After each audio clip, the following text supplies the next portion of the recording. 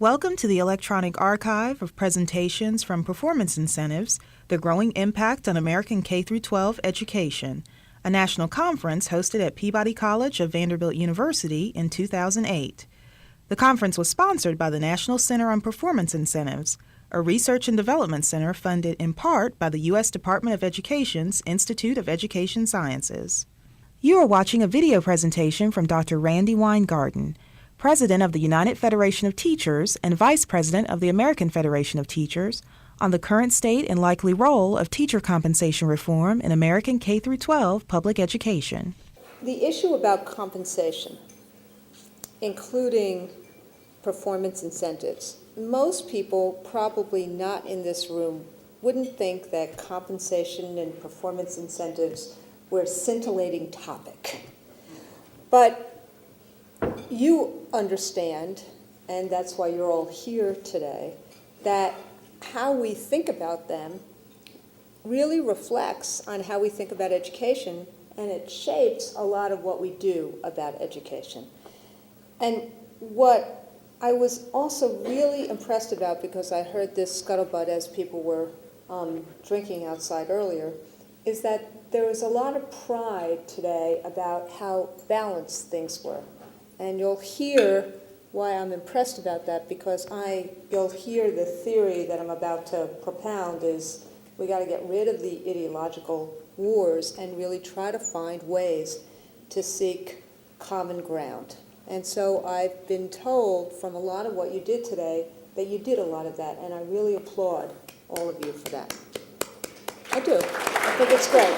It's hard because the ideological battles over how to improve education that have essentially happened for the last few years, I think, have impeded education reform. Now, don't get me wrong, they have made some of us great street fighters, but I don't think they help kids. I think we start with a consensus in America on 2 points. This is how I say it, other people say it differently. Universal access to education and universal achievement of all children in our embrace. I don't believe there's any country in the world that shares both those values and tries to accomplish both those goals. But this is where many of us differ, because the hows have become increasingly ideological. Not only have they not moved us forward in our understanding of what needs to be done, but as long as those battles continue to wallow in blame instead of fostering cooperation, as long as they rely on building fear instead of building capacity, they do real harm to teachers and to students. And ironically, and I don't mean this to be controversial, but maybe it is, I think this schism may have begun inadvertently with the iconic work of Professor Bill Saunders here in Tennessee. That groundbreaking research presented us, and by us I mean teachers and teacher unions, it presented us, and I would say all the policymakers and advocates in the room, with a double-edged sword of responsibility for children's learning. Now, why do I say it's double-edged? On one hand, it held out the promise, and I say this all the time, demography need not be destiny. Remember, and we have a New York Times writer in the room right now, when we had a judge who said that those were words that people hadn't heard for 50 years, since Brown versus Board of Education. But it did hold out the promise that demography need not be destiny, that when taught by accomplished teachers, all children can learn. Fall said that. No matter how harsh the conditions of their life and no matter how many setbacks they've already experienced in schools. Saunders' work made it clear that of all the factors under our control, skilled teachers were the most important. The way I often say it is this way: teachers are physicians of the mind, and we can and make real differences in the lives of children. But on the other hand, and this is where I get controversial, there is an essential difference between even the most skilled physician and a miracle worker. And that difference has been lost on those who insist that because teachers can make a difference in a young person's life, we will punish any teacher who doesn't make all the difference. Just like the best hospitals cannot solve public health crises on their own without concerted support, effort by government and society to address those social conditions, those health conditions, I don't believe that schools can solve all of the educational crises on their own. Now, No Child Left Behind enshrined this ideological battle into law. It converted the challenge of educating all students to 21st century standards into a rigid mandate for every school expressed through state-by-state testing standards. More problematic, most of the promised supports never materialized, yet the sanctions for any school's failure to produce universal literacy and universal numeracy are the law's driving force. Now, and I understand that Professor Rothstein was here today, but you have, and I often carry it around, I don't know if I still have it, the Robert Gordon Richard Rothstein debate that EPI did. But they immediately recognized the social, both of them, the social and educational implications of No Child Left Behind, and their debate defined the battle lines between those who knew that teachers couldn't do it alone, that sweeping changes by society and schools were needed, and those who believed that teachers just needed to be smarter, and this is the one I love, try harder. And in the years since, as we've gained more experience with No Child Left Behind and we saw its impact on schools across the nation, the battle lines have become more heated and more complex. Still, opinions tend to line up along the same lines. On one side are those who want more free market provisions, more incentives, more sanctions, more competition, more choice, and fewer so-called union rules. From that side, the one that Sol Stern just dubbed the incentivists, we get the pressure for vouchers, merit pay, union-free charter schools, standardized tests, I would say up to kazoo, and more accountability schemes that are based on those tests. And then on the other side, you have the folks that Stern calls the instructionists, those who want more resources, used for better prepared teachers, for rich curricula, for smaller classes, and more diverse measures of achievement. Maybe, and I don't think people in this room would agree, particularly not the folks who are at the most prestigious education school in America, but maybe the only thing that Stern says the incentivists and the instructionalists agree on is the need to overhaul schools of education. So, where do we, that teachers and that teacher unions figure in this bifurcated universe of instructionists versus incentivists? Well, one of the major differences between the two groups is their attitude towards teachers. And this, to me, is important.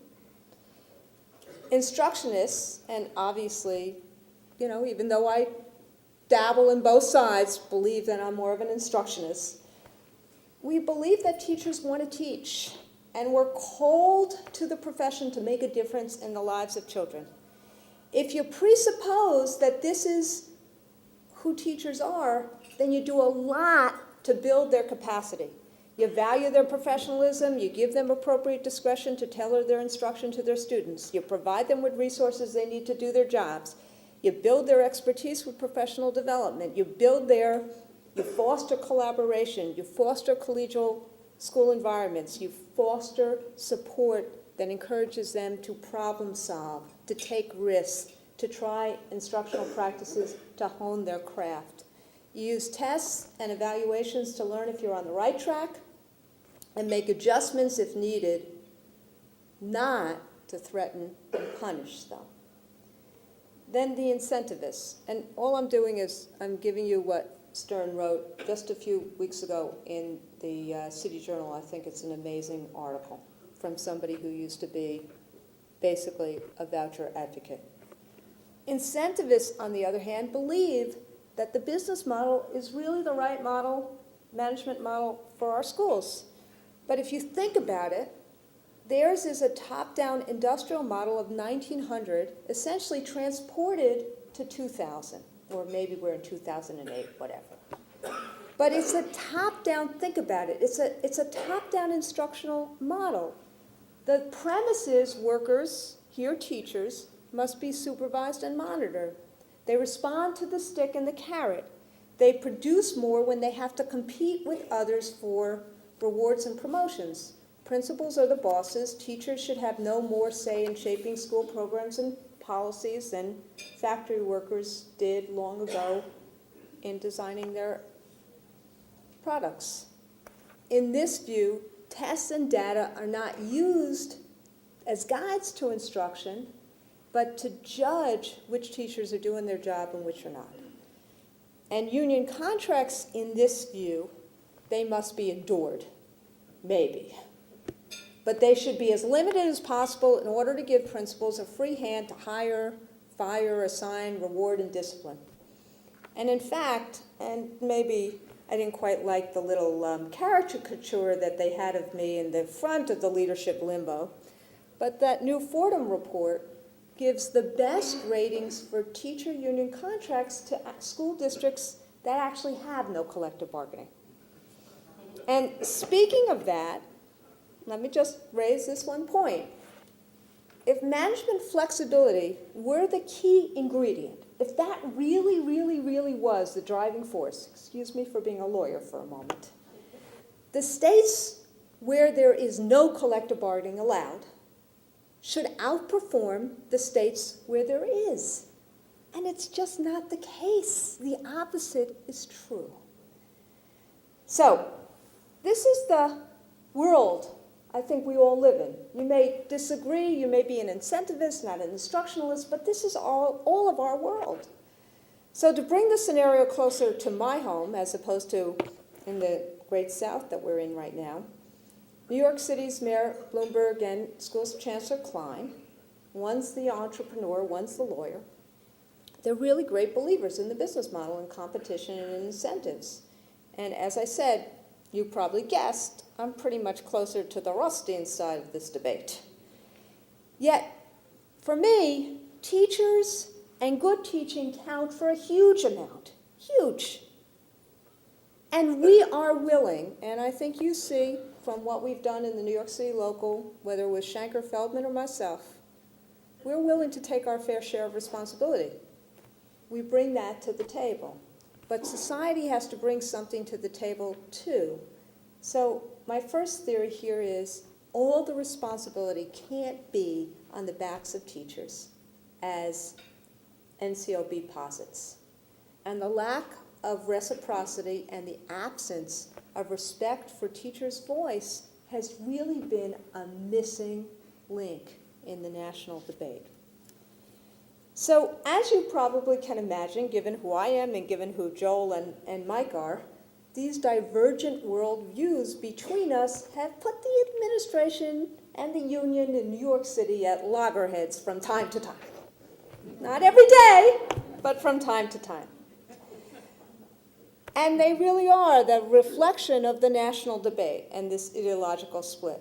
But, and this is the story that I assumed you wanted me to talk about tonight, when we focus on helping kids rather than fighting in our own sandbox, it has forced us to find common ground as we struggle with the real principal differences on the House.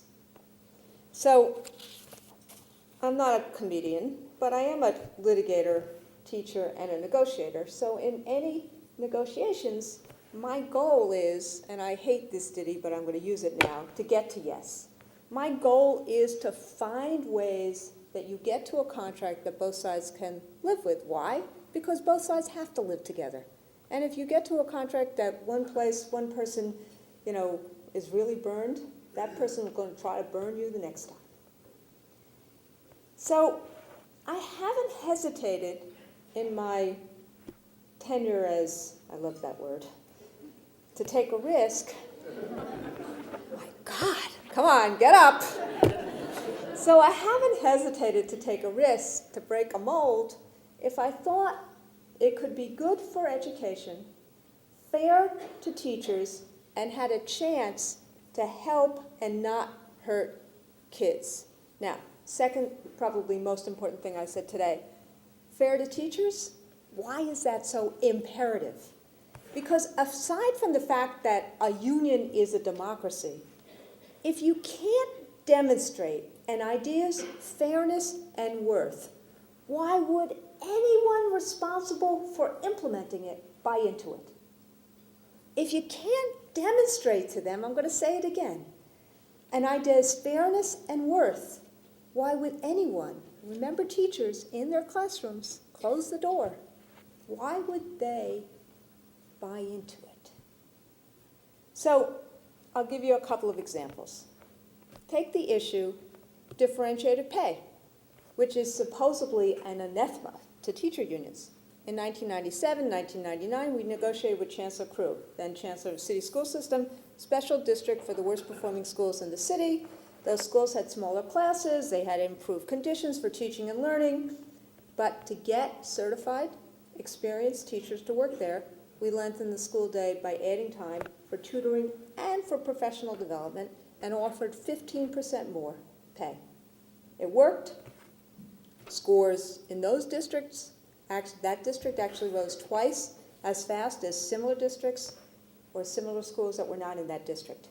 And the district, the Chancellor's District, won the Council of Great City Schools citation as one of the 4 best turnaround districts in the nation. Then, career ladders. This one I really loved. The UFT and a parent group convinced the Chancellor to pilot the lead teacher program. I'm sure if any of you have been in rooms where Chancellor Klein talks, he talks about this as his baby. It offered a $10,000 pay boost to bring experienced teachers into high turnover, hard to staff schools, and requires these teachers to both teach and spend part of their day mentoring new teachers. What I love is that it's so successful, they now have replicated it citywide, and the Chancellor really believes it was his idea, which is fine with me.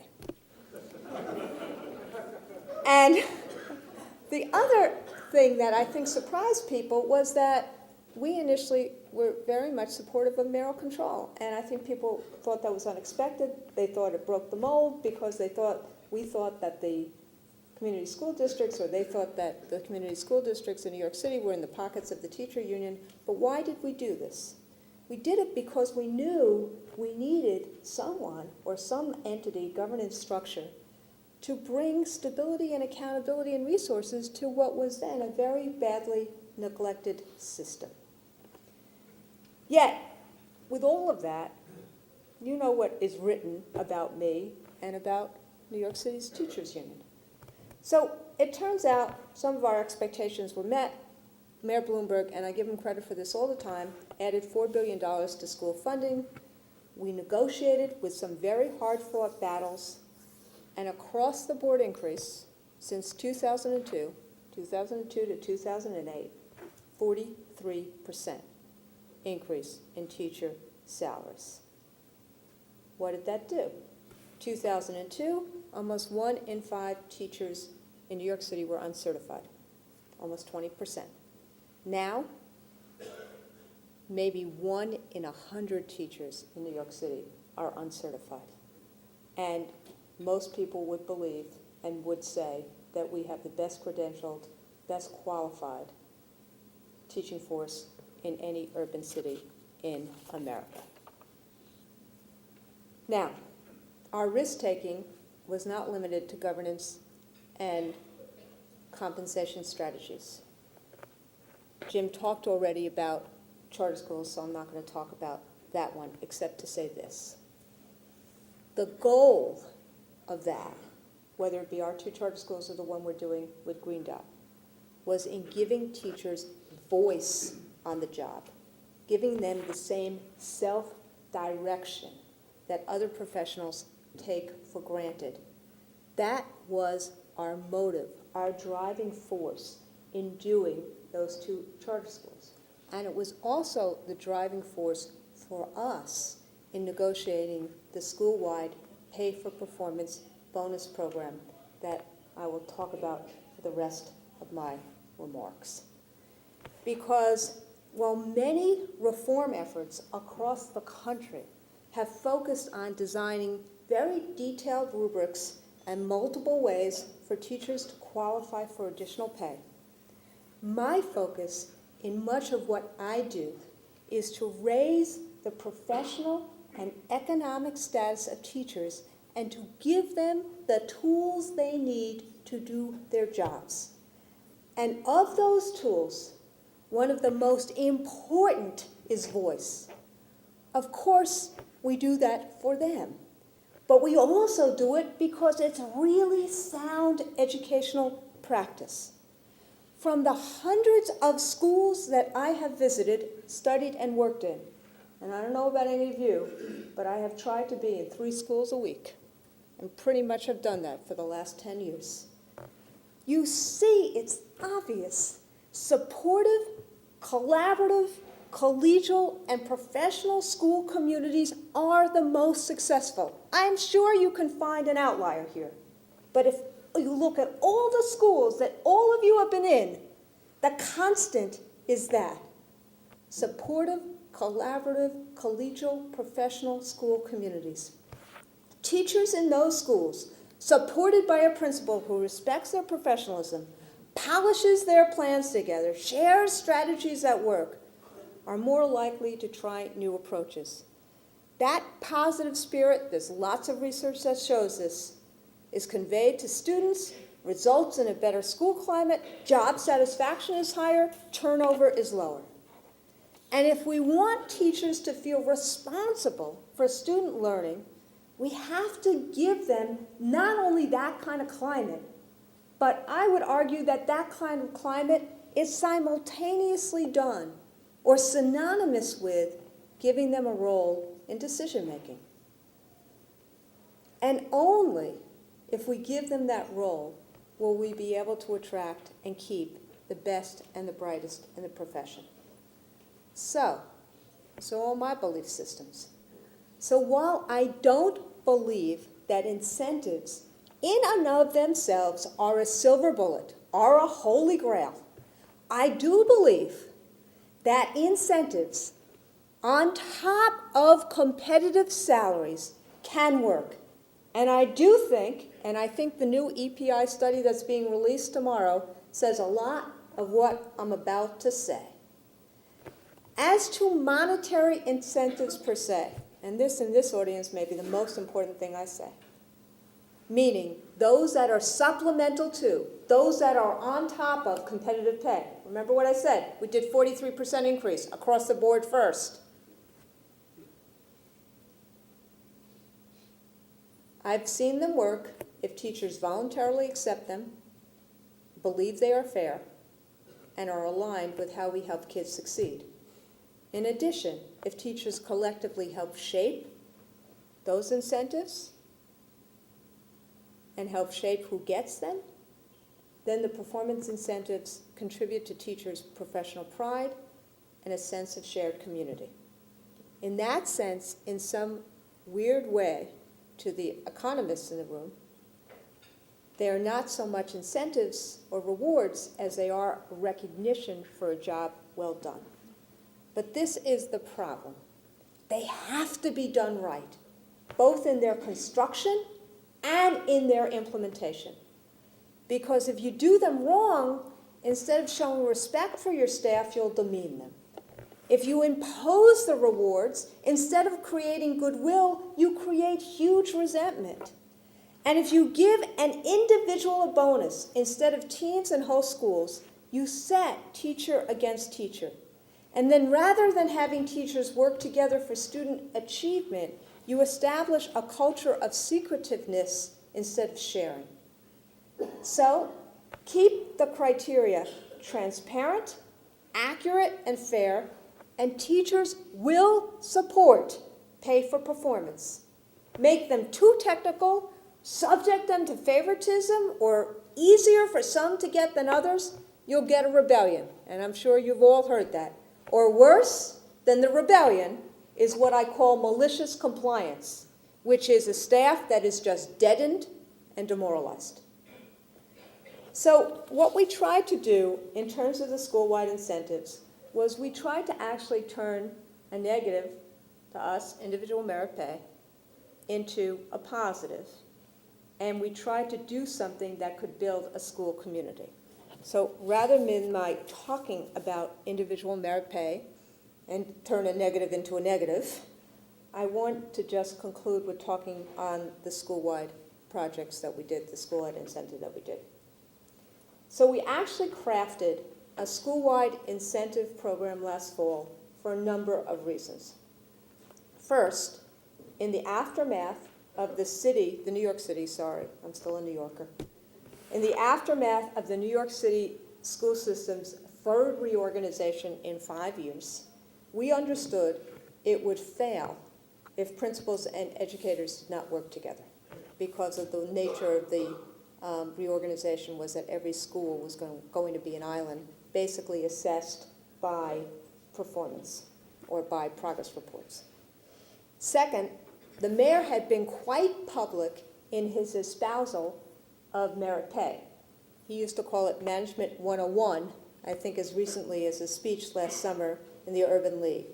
And so we knew, or I knew, that that stance was going to lead us into one more protracted battle. Third, the chancellor and we, the UFT, had both advocated incentives on top of the pay scale as a way of attracting experienced teachers to high-need schools. We advocated it in different ways, but we both thought it was important. And fourth, if you remember last summer, last fall, Representative Miller was circulating his draft of for No Child Left Behind reauthorization that made individual pay for performance a condition of receiving Title II funds. So what we tried to do, that was the context, was we sought a solution that tested and that intertwined whether both performance pay and collaboration mattered. The agreement that we crafted married these concepts together. It satisfied the mayor's focus on whether performance pay mattered, and our focus, the union's focus, on whether collaboration mattered. It also, ironically, helped change the No Child Left Behind reauthorization focus. In fact, Representative Miller came to New York to see how this was working. It stopped any talk of forced transfers into hard-to-staff schools, and it helped the way in which we crafted it for the first time to really empower my members. The plan we devised and that my members accepted satisfied all those objectives. What's the plan? Substantial bonuses equal to about $3,000 per full-time staff member are awarded to high-need schools that meet certain targets. Why the schools and not individual teachers? This was key to us. We would not have done this without it. School-wide bonuses, in our view, promote a school-wide approach to winning rather than teachers competing with one another. School-wide strategies avoid the issue of some teachers not being eligible because their students don't take standardized tests, whereas in the case of special ed teachers, they have too few students to yield reliable results. And the school-wide approach avoids many of the technical differences or difficulties of the value-add stuff that's roiling around right now.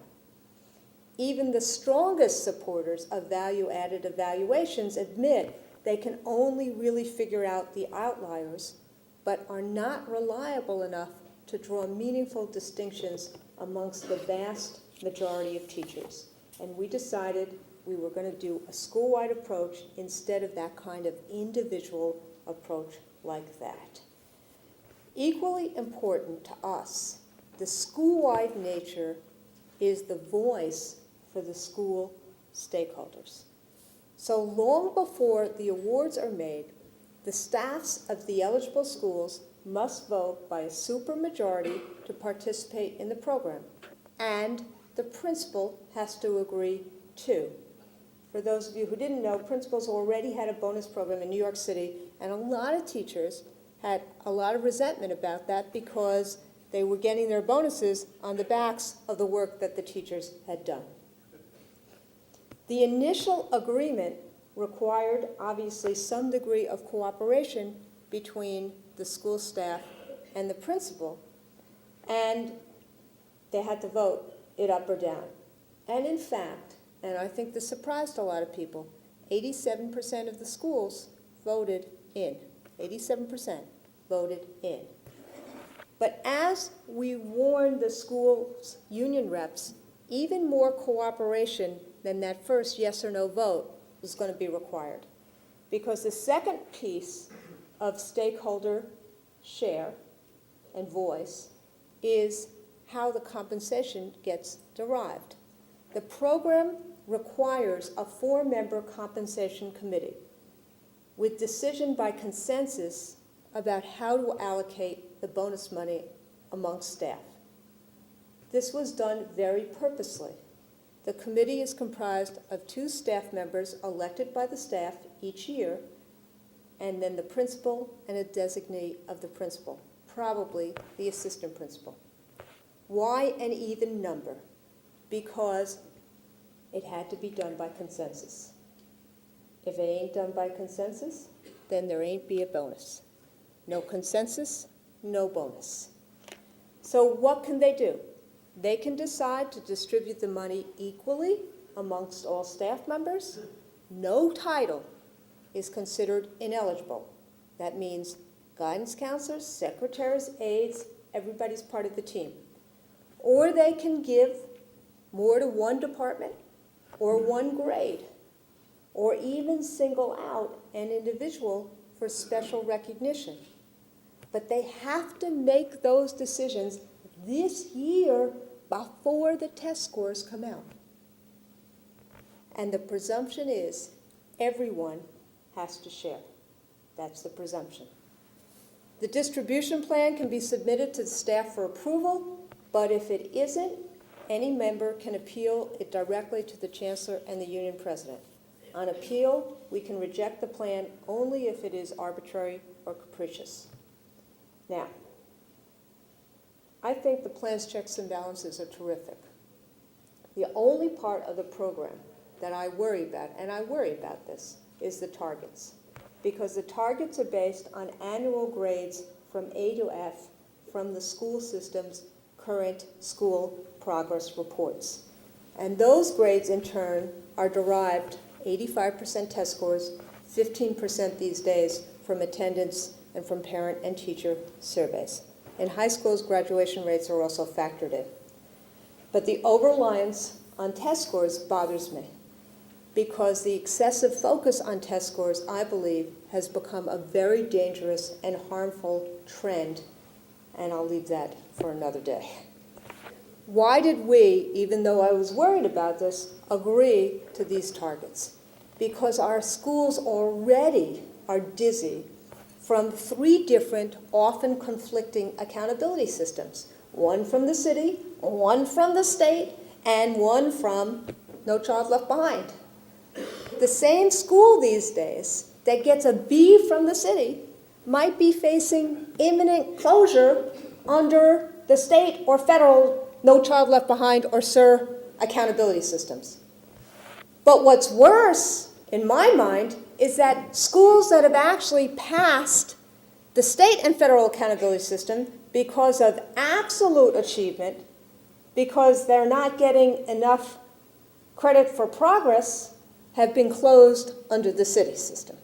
So what we didn't want to do is put in another accountability system for compensation on top of these already 3 conflicting systems. We didn't really want to add to this madness. So look, my friends, this is the first year of a 2-year pilot. It is far too early to comment, since this just started in October and November, on its success. 200 schools were eligible this year. I think it's really interesting that 87% opted in. Next year, the number of schools that are eligible will double to 400. The results for this round in terms of whether the schools met the targets, we're not going to know that till October. That it takes so long when the tests are given in January and March is another shortcoming of the testing scheme in New York State. Schools must vote on participating again before they know whether they succeeded the first time around. But the success that I can report is this, is that the program exists right now without any real controversy within the teacher ranks after the initial and the rightful questions and skepticism. Of course, there will always be, and I don't know if any of you read our blogs, they're very lively, there'll always be a few critics who will reflexively oppose any change, no matter how much it has a potential to improve education, or no matter how much it gives teachers a real professional voice. Just like I suspect there'll always be some people in this room who will never find anything good in anybody who is part of the union movement. But the great majority of educators, of my members, and of the unions that represent them, the story I tell you is because it's clear they do not fear change of this sort. And I hope that's the message you take away from this evening. Management and labor will sometimes, maybe oftentimes, sound like some of us are from Mars and some of us are from Venus. Not quite sure anymore who's the man and the woman in that. But we've learned in New York to talk to each other anyway. And even when it seems like the differences are deep, stemming from vastly different sets of values and beliefs, sometimes principled, sometimes not, what we have learned in New York is that where there is a will on both sides, common ground can be found or created. Thank you very much. PowerPoint slides used in this presentation are available on the National Center on Performance Incentive website.